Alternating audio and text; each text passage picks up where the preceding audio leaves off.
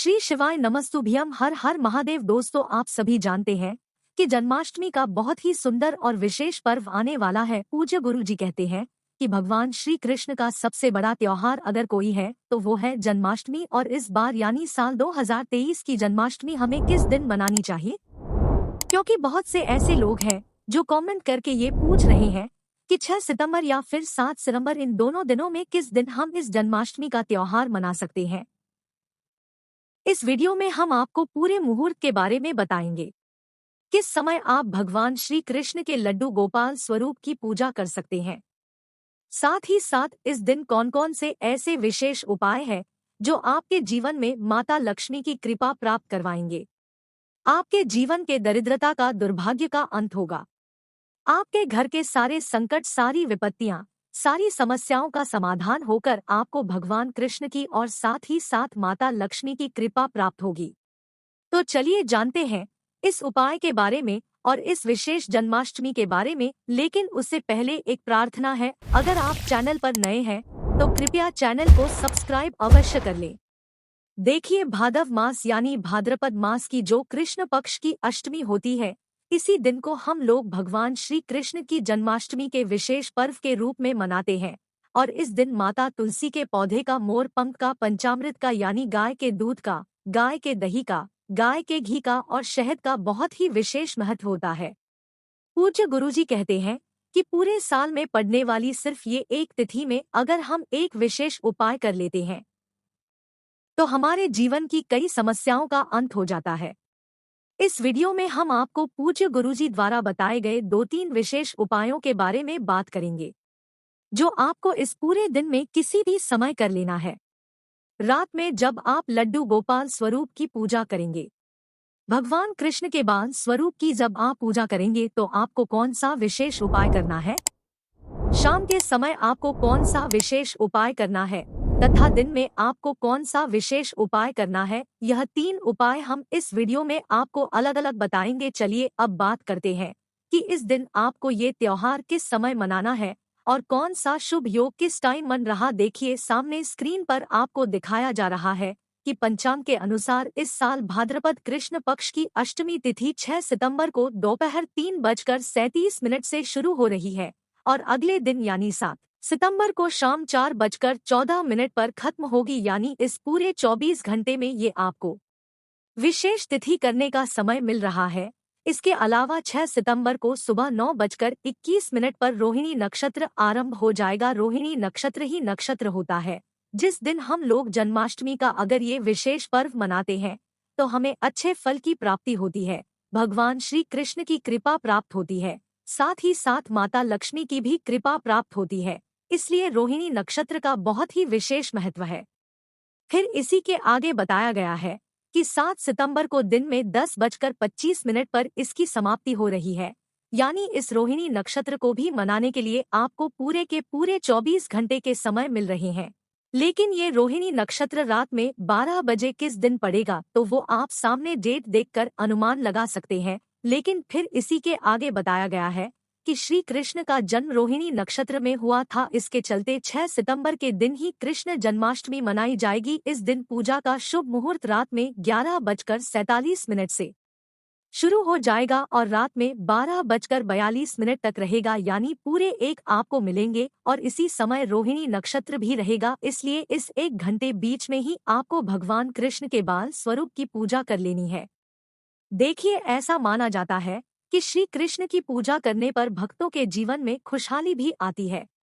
जन्माष्टमी के दिन शुद्ध जल से, दूध से, दही से और शहद तथा पंचमेवा से बाल कृष्ण की मूर्ति को स्नान कराया जाता है।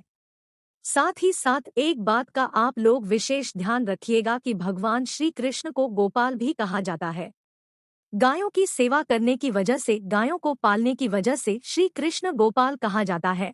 तो इस दिन आप गौ की सेवा भी जरूर करिए और कोशिश करिएगा कि इस दिन आपको अगर गाय का दूध मिल जाता है और गाय का अगर आप दही ले लेते हैं या फिर गाय का घी ले लेते हैं और या फिर आपके पास गाय का मक्खन उपलब्ध हो जाता है तो शाम को जब आप इस 1 घंटे के दौरान भगवान श्री कृष्ण के बाल स्वरूप यानी लड्डू गोपाल महाराज को आप स्नान कराएं तो आप इन पंचामृत से ही स्नान कराएं। आप गाय का दूध ले लीजिए, गाय का दही, गाय का घी, गाय का मक्खन, इसमें चीनी मिलाकर फिर इसी से आप पंचामृत तैयार करके लड्डू गोपाल जी का स्नान कराइएगा। पूज्य गुरु जी कहते हैं, इसके साथ ही साथ अगर आपके जीवन में माता लक्ष्मी की समस्या चल रही है तो आप एक काम कर सकते हैं, आप गाय के दूध में केसर मिलाकर भी फिर उससे श्री कृष्ण जी को स्नान करा सकते हैं। अगर ऐसा आप करते हैं तो आपके जीवन से दुर्भाग्य का अंत होता है, दरिद्रता का अंत होता है और माता लक्ष्मी की अनंत कृपा आपको प्राप्त होती है। देखिए, ये तो हो गया मुहूर्त के बारे में। अब इसके बाद बात करते हैं कि आप शाम के समय में क्या करेंगे।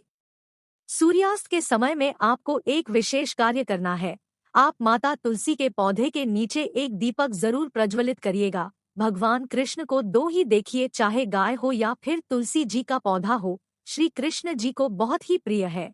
इसलिए अब आप लोग तुलसी जी के पौधे के नीचे चाहे तो मिट्टी का दीपक प्रज्वलित कर लीजिएगा और चाहे तो अपने घर पर आटा मारकर उसका दीपक बनाकर उस दीपक में आप लंबी रुई की बत्ती लगा लीजिएगा और साथ ही साथ शुद्ध देसी घी का इस्तेमाल कर लीजिएगा। ये दीपक आप शाम के समय में जब सूर्यास्त होते हैं या फिर सूर्यास्त हो चुके होते हैं तो उसके बाद भी आप इस उपाय को कर सकते हैं। तुलसी जी के पौधे के नीचे इस दीपक को रख लीजिए और ओम नमो भगवते वासुदेवाय इस मंत्र का आप कम से कम 11 बार या फिर 21 बार या 51 बार या 108 बार, जितनी बार भी आपके पास टाइम है उतनी बार आप इस मंत्र का जाप कर लीजिएगा। फिर आप तुलसी जी से प्रार्थना कर लीजिएगा, लक्ष्मी नारायण से प्रार्थना कर लीजिएगा। आपके जीवन में जो समस्या है, आपके जीवन में अगर धन की समस्या हो तो उसको दूर करने के लिए प्रार्थना कर लीजिएगा और फिर वहीं 1 या 2 मिनट बैठकर फिर वापस आ जाइएगा। गुरुजी कहते हैं कि जन्माष्टमी के दिन में तुलसी जी की इस प्रकार से पूजा करना बहुत ही विशेष होता है, लेकिन आपको ध्यान रखना है कि जब भी आप दीपक प्रज्वलित करें तो तुलसी जी की पत्तियों में आग ना लगे, यानी तुलसी जी की पत्तियां झुलसे ना, इस दीपक की तपन ना लगे। इसलिए आप कोशिश करिएगा कि थोड़ा सा दूर अगर आप दीपक रखना चाहे तो रख सकते हैं, बस तुलसी जी की पत्तियों को किसी भी प्रकार से जलन ना हो। अब सबसे आखिर में एक विशेष उपाय की बात करते हैं जो आपको शिवलिंग के सामने करना है।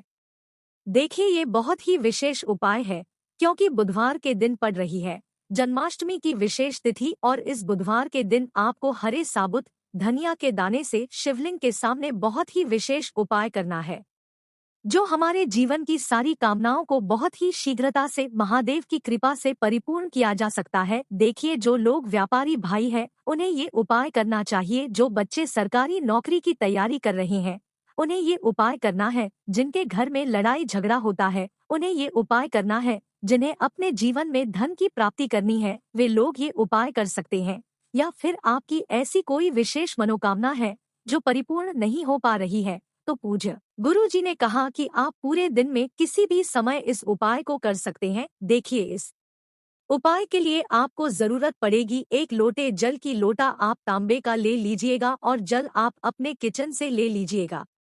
फिर इसी के साथ आपको लेने हैं 11 साबुत धनिये के दाने।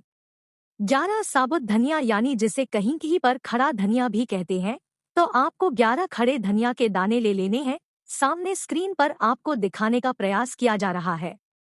कुछ इस प्रकार का होता है खड़ा धनिया यानी साबुत धनिया। इसी के आपको 11 दाने ले लेने हैं और फिर ये 1 लोटा जल लेकर आपको पहुंच जाना है। पूज्य गुरुजी ने कहा कि शिवालय पहुंचकर सबसे पहले आप एक काम करिएगा, आप एक एक करके ये 11 साबुत धनिया के दाने इस 1 लोटे जल में डालते जाइएगा और श्री मंत्र का स्मरण करते जाइएगा।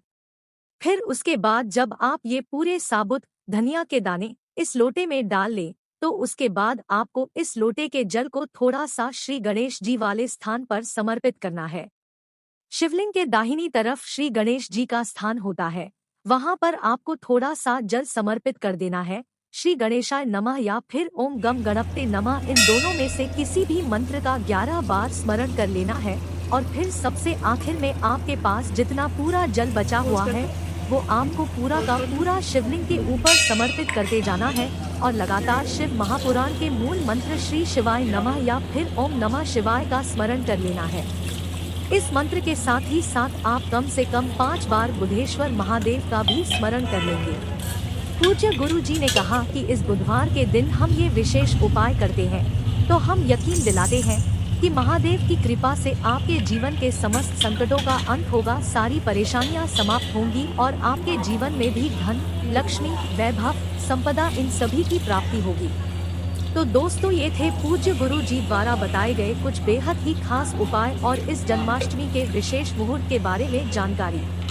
अगर आपको जानकारी अच्छी लगी हो तो वीडियो लाइक करिएगा। मिलते हैं फिर एक नए वीडियो के साथ। ओम नमः शिवाय। हर हर महादेव। जय शिव शंभू।